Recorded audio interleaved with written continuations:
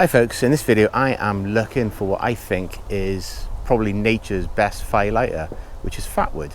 So I'm out in my local wood here, or one of my local woods, and I'm just seeing what I can find, just show you guys how to find it, how to process it, and how to use it. And then I'm going to light a little fire, use my Bushbox, and then cook a steak. So it'll be something tasty in the woods, away from all the noise and stuff like that. So as you can see, this is a pine tree that's come down in one of the recent storms, and all these branches here are probably, or may have Fatwood in them. And again, continuing the legacy of using Mark's equipment, this is Mark's Silky Saw. So as I said, I always try and get something from Mark in these videos.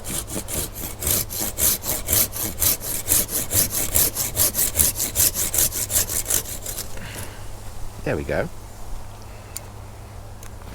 And if you can see there, you've got that orange colour. That is the Fatwood. If you smell it, you really get that kind of piney smell. It just smells class-like. And there's a difference on the other side. It's just white wood, and then the other side is just a dark amber colour. So that's pretty class. Bit lucky with that one. First time, first cut, and hit the jackpot. You can also get Fatwood from the actual root system of a tree.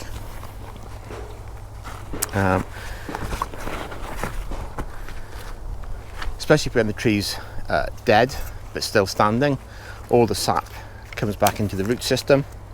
So you can be lucky to find that. I think it's called taproot, if I'm correct. If I'm not correct, feel free to correct me.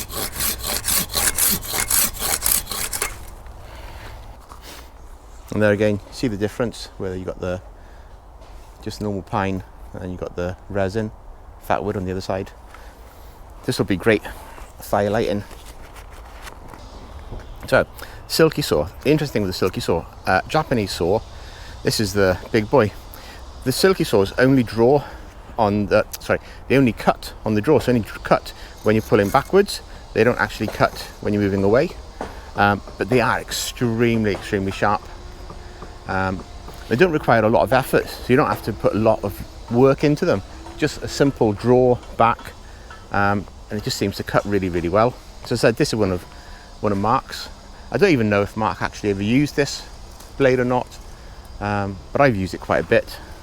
For anyone who's confused, who's new to the channel here, Mark is my half-brother's half-brother who passed away from cancer August 12th last year. So a lot of time I'm out doing videos and stuff just to kind of honour him, to remember him. So there's probably about 10 little branches of Fatwood in here. I'm on my way to one of my little places in this woodland. One of the places I like to be. It's a little bit hidden out the way. Got a ribeye steak from local butchers. It looks amazing. Some good marbling on it, so it's going to be delicious to eat. I'm looking forward to that. And I've also got a bag of what's this, kiln dried oak. So that's what I'm going to be using to heat my steak with. Be amazing. So this is the spot then. This is the spot for the rest of the video. I've never actually done a video here. It's a little jetty just off the river. Normally it's just a horrible little place to be, but today just come down here just on the off chance, and it's absolutely beautiful here today. So been to the butcher, got a ribeye steak that is amazing looking, so I'm going to cook that on the Bushbox in a little bit. But first then, I'll just show you how to process the Fatwood that I got earlier. So you can see the Fatwood side there, how orange that is compared to the white of the bark there. So what I'm going to do is I'm going to scrape off the wood here. I'm going to take off all the bark off the outside of the tree, or the branch here. And you can just see, as I'm taking this off, you can see where it's white, and then there's little streaks of orange, and that's the Fatwood. So what we're trying to do is trying to get down to where the Fatwood's at. So we take the outer layer of that wood off, and you can just see that dark orange colour. It's interesting now to see just how much Fatwood is actually on this. So I think this bit here is going to be the best bit. What I'm going to do then is use the back of the knife, back of the blade, which is called the spine. It's a 90-degree angle on this. I'm just going to use it just to scrape material off.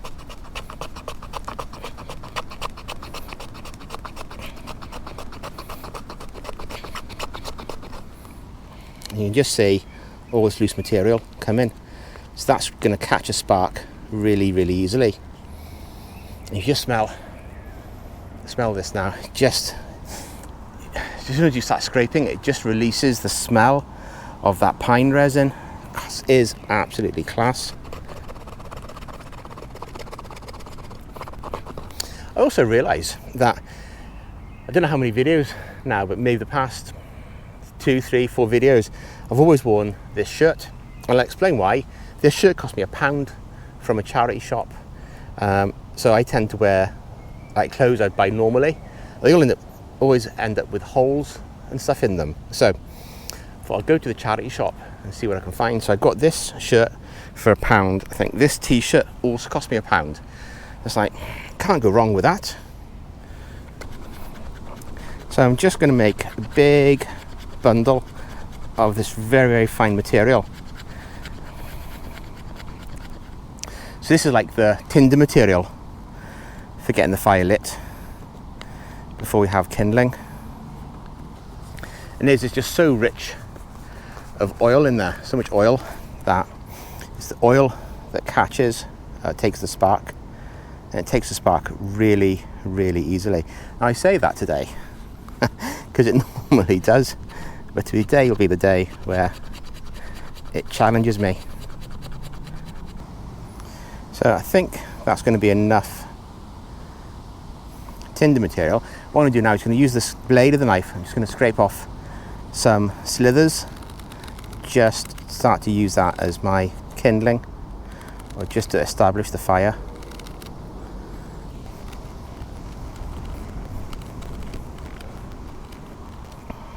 You can just see how much more of the resin is actually in the middle of this little branch.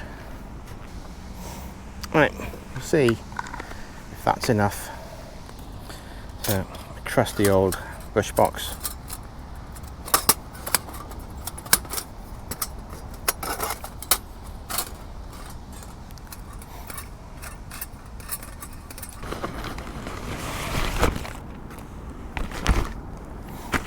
And what I also have in here is some birch bark. So I'm going to use that at the bottom of the Bushbox.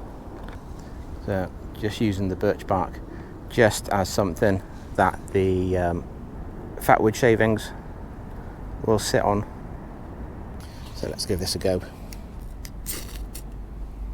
There we go.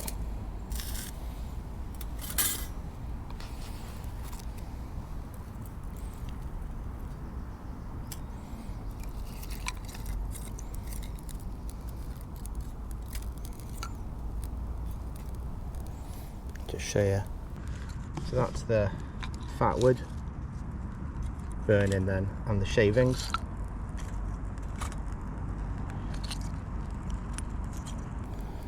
And hopefully that's going to be enough to let the oak catch as well.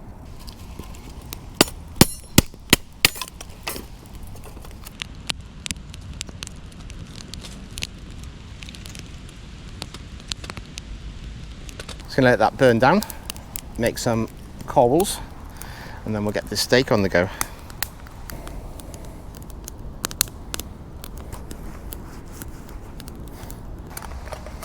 So just while that's cooling down, it's going to get a brew on the go.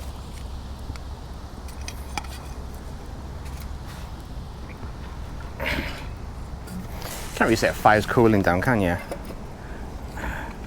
While it's settling down, making some embers.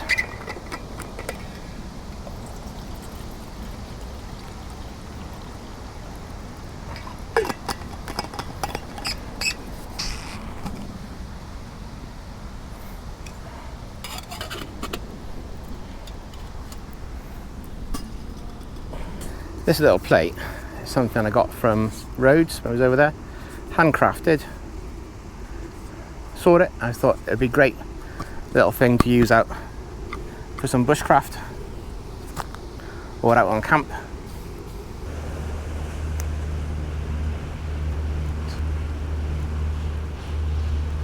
This month I'm planning on doing a video a week, which is something I've never ever done before.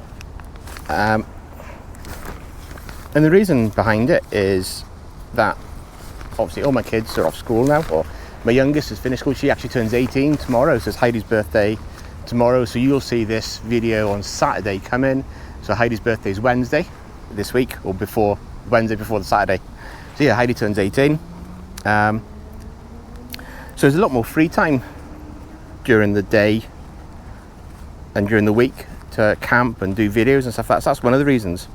And the second reason is that a couple of the YouTubers that I follow have been ill or injured recently, and some I didn't even know about. So one of the guys I follow, Mick Outdoors, only found out this week that he's been suffering really badly with pain as a result of his cancer treatment. And I said I never knew. I didn't know that he had been in pain, so he hadn't been posting as regularly. Then his video, or his last video, ouch, that's hot, he actually talks about it. So it just made me think, and I was just aware that some of the other YouTubers I follow, it's Paul Mesner. Paul hurt his knee a while ago. And before I talk about Paul here, let me show you this steak. I mean, just look at that there. That's a class bit of steak. So no seasoning and nothing on that, just putting that straight on. Don't know if you can hear the sizzle of that thing. Oh, happy days. Happy days. Yeah, so I was saying about Paul. Yeah, so Paul hurt his knee, and he's in a knee support, so he's not being able to go out and do the walks and things and camps and stuff that he would normally do. And then the other one is Claire Wild Bear. Just found out again from Claire's last video that she has, I'm not sure what it is in her spine, but something in her spine. So when she can't basically carry weight, so it's unlikely she's going to be doing videos for a while. And it just kind of made me realize that, you know, when you have the opportunity to go and do something, you shouldn't hold on waiting until tomorrow. You should just go and do it. So that's the thing that I've taken away is, you know, I have the time, I'm fit, I'm healthy, the weather's good, so I haven't got an excuse to get out, not to get out and do videos. And I love making the videos. I love making the videos. It kind of, there's a duality in this, in that coming out and recording the videos and then editing it and make it something watchable for you guys on YouTube to actually watch gives me a reason to go out, and I love that. So that's good and healthy for me. But then also being out gives me a reason to record videos. So they both feed each other.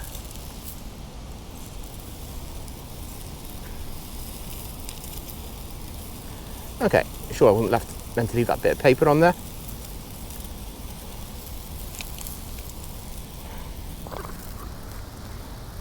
We'll not put that in the video. I hope you guys can actually hear the sizzle of that thing cooking.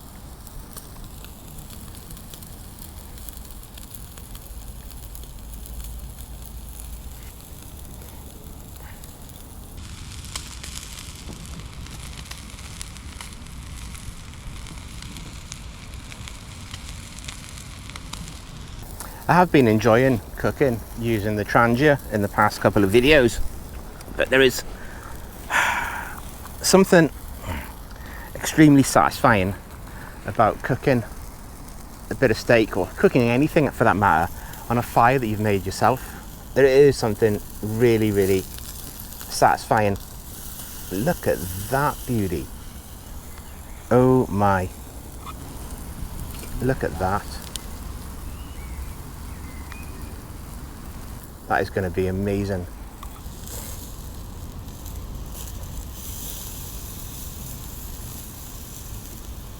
I think that might be ready to rest. We're just going to put it on the plate and just let it rest for a minute or two. And just look at that marbling.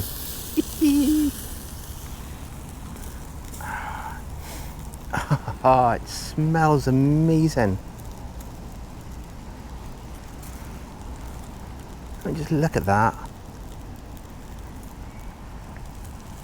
And this is the beauty of wild camping, being bushcrafting and all these things is, I mean, all I've had today is had my Silky Saw, Bushbox, knife, ferro rod.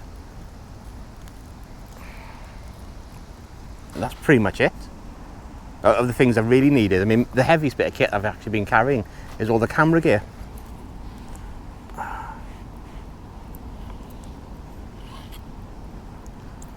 Oh, cuts like butter. And look at that.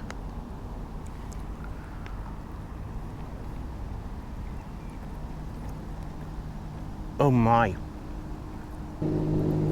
That is amazing.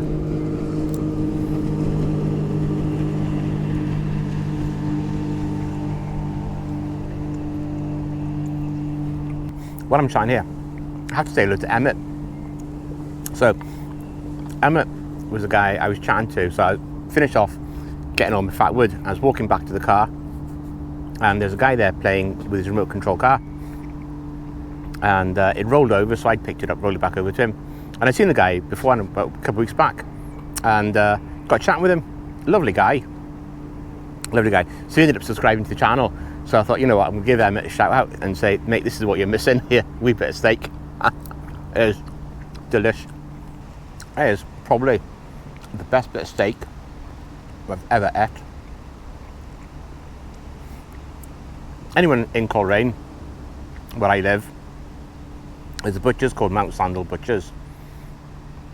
And they just, yeah, the meats in there is just amazing. It's just a ribeye and amazing. But it does just cut like butter. I mean, that is beautiful bit of steak. I cannot even begin to tell you just how amazing that bit of steak was. Folks, I'm just going to wrap this video up here. Hope you've enjoyed. It's been a pleasure to come out today and to share what I've been up to, as in finding Fatwood, processing it, getting the fire lit, using it, just using a ferro rod, making myself a brew and cooking that steak. It's been a pleasure to actually share that with you today. I've actually really enjoyed today and enjoyed actually doing this video. And I'm just going to leave it here. Obviously all the same usual stuff. If you're still here, you know, please do subscribe. The guys I mentioned, one of the other guys I do have to actually mention is a guy Outdoors with Ali, Scottish veteran. Again, really good guy, good channel. You know, all these other guys, what I like about these people on YouTube is that they're genuinely who they are. They're just honest and real in their content. You know, there's no frills, no rubbish, they're just good people. So, you know, if you enjoy my content, I think, you know, Mick Outdoors with Ali, Paul Mesner and Claire Wildbear, you know, they're all worthy of a follow. Check their channels out. They're just good people.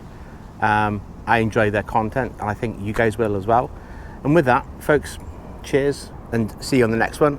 I've no idea what the next video is going to be about, because I don't know what the weather's going to be like next week, but hey, we'll see what it is and see you in the next one.